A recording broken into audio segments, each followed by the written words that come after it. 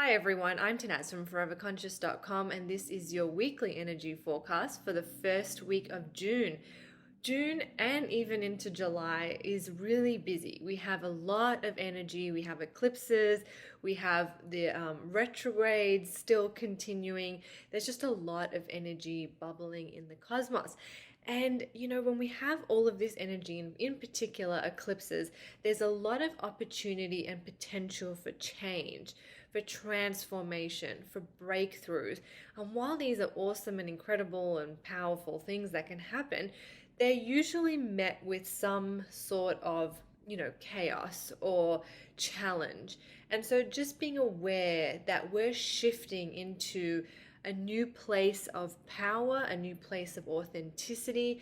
There may be some changes, and any tension or feelings of being overwhelmed or struggle are usually the byproduct of that. So if you're feeling the struggle, if you're feeling the challenge, know it's because you are shifting, you are changing, you are transforming. There's a breakthrough on the way. So we're heading into a lot of that energy as we move through June and July. But before I get stuck into the energy of this week, I was recently reminded of something and I thought I'd pass it along to you, and that is finding our joy and making time for joy. When was the last time you laughed so hard that you cried? When was the last time you made joy a priority in your life? And this question came up to me, so I started thinking about it and I thought I'd offer it to you. And there's an exercise you can do, and I really recommend it, especially as we're about to head into all this eclipse energy. But it's just making a list of all the things that bring you joy, and then taking action to make a couple of those things a reality for you every single day. Making time for joy. We don't often think about it. I know it maybe even seems like a weird thing to schedule in joy, but it's more about creating space and inviting that vibration of joy into your life. It's sort of taking action to do that. So if you could use some more joy in your life, maybe think about making a list of all the things that bring you joy. Aim to write down like 30, 40 things, the more the better. And then take steps to start doing those things, even just in small ways every single day, to invite more joy and laughter into your life. So that's definitely going to be quite helpful as we navigate through the coming month as well. So just keeping that in mind. So this week we have two big events. The first is on June 3rd. Actually, no, let me go back a minute. Let me talk about June 1st. On June 1st, Mercury will slow down, preparing to go retrograde. Mercury won't go retrograde till the 17th, 18th of the month. But by June 1st, Mercury will start slowing down. So I just wanted to give you the heads up there. Mercury will go retrograde, adding to the lineup of planets we have. So lots of retrograde energy, as I mentioned. Then on June 3rd, we have the rebirth of Venus. Now, this is a beautiful, beautiful day. So Venus has been retrograde since the early May, and now we're at the halfway point of the retrograde. And this is a turning point. This is where Venus, or our heart center, gets a rebirth, a renewal of energy. It's like all that work we have been doing with Venus retrograde, it's gone through, it's helping us clear out the past, especially relating to our relationships, to love, to our values, maybe to money.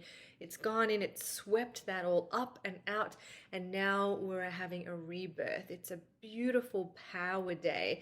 In fact, you can think of this rebirth energy of Venus like a new moon.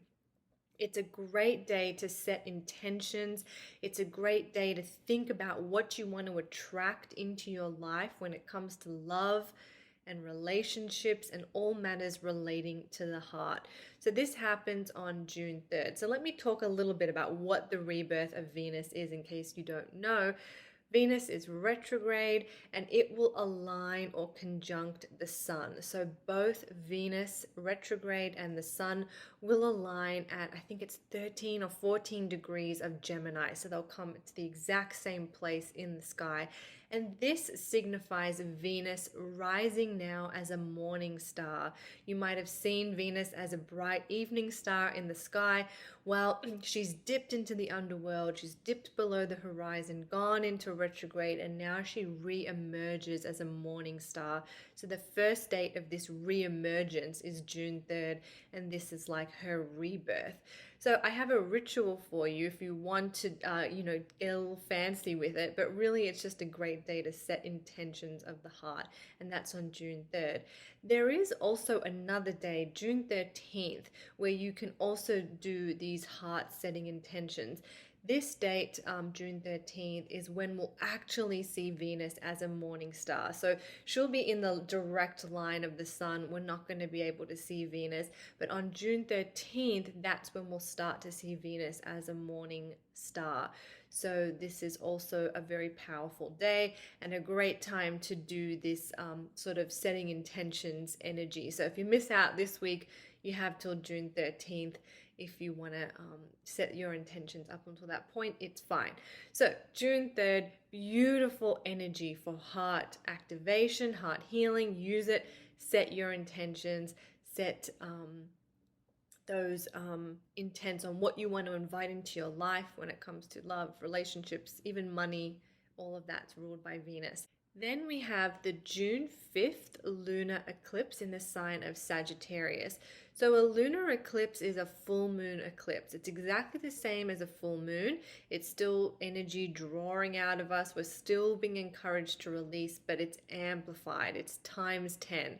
Lunar eclipses are extremely potent and powerful full moons, and solar eclipses are extremely powerful and potent new moons. But this is a lunar eclipse, so it falls on the full moon and it just amplifies its energy, just helping to draw things out of us, to bring things up to the surface. This full moon feels very much like it's calling us to step into our power, to stand our ground, to think about our beliefs and the values that we hold dear. It's stirring all of that up and asking us to stand in our power. Now, it's not really possible to just understand this eclipse because it works in harmony with the next two eclipses we have coming up. So we'll have an eclipse later in the month and then one in July. So it'll be working with the three of them. So this is like the first gateway that we're walking through, and it will be helping to clear space. It will be helping us to clear space when it comes to our beliefs, and it will be encouraging us to stand in our power as we do this. If things fall away from your life under a lunar eclipse, it is usually a fated thing. So if something is removed from your life, see if you can trust, see if you can find the higher meaning or the higher reason behind it, because lunar eclipses tend to bring fated events that accelerate us on our soul journey. So usually under a lunar eclipse, something is released from our life that then helps to pave the way for our soul to keep advancing and to keep accelerating on our journey of growth. So eclipses are huge, and this is big energy. There's a lot of energy around this eclipse too, and Mars is very active. Mars is the warrior planet, and it encourages us to stand our ground, find our inner warrior. But it can also stir things like anger and frustration and other heated emotions. So that might be something to pay attention to. We're seeing that in the world around us right now as well. And I really think there's a power in learning to sit with our anger. If we constantly dismiss it, if we constantly brush it off and be like, oh no, I shouldn't be angry, we miss the message, right? We miss the point of it. Anger is just as valuable as any other emotion.